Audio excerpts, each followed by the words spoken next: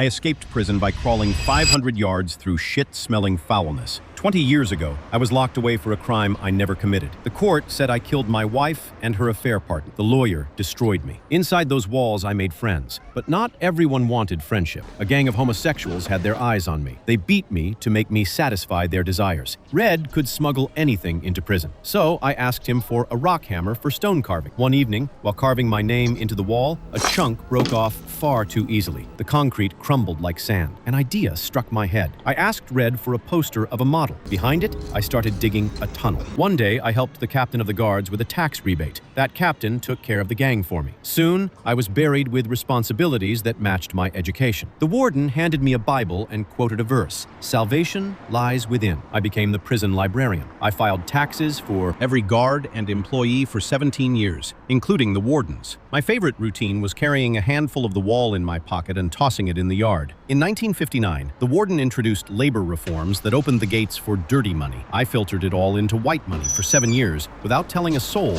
except Red. I created a fake man named Randall Stevens, built him from scratch using real documents. Every dollar went into his account. An honest man turned into a crook. I expanded the library and helped a dozen men earn their diplomas. Tommy was one of them. He had heard my exact murder story from another inmate years before. That man was the real killer. I begged the warden to reopen my case. I promised I would keep the laundering a secret. He got furious. He sent me to solitary for a month. While I sat in the dark, the captain and the warden had Tommy murdered. That was the moment I decided I had been here long enough. I told the warden I would never work for him again. He sent me back to the hole. 1 week in the hole feels like a year. I spent 9 weeks. When I walked out, I was a different man. I told Red 2 secrets: a small island in Mexico where I planned to live, and a certain oak tree I needed him to visit once he got out. Either get busy living or get busy dying. My last day played out like any other. I returned the warden's bookkeeping ledgers, but I had swapped them with the Bible and placed it back in his safe. The Bible had a hollowed space carved for my rock hammer with the same quote on it. I wore his shoes and suit back to my cell. After 19 years in prison, that night, I sealed everything in a plastic bag and tied it to my foot. I crawled through the tunnel and down the pipes. I reached the sewage line.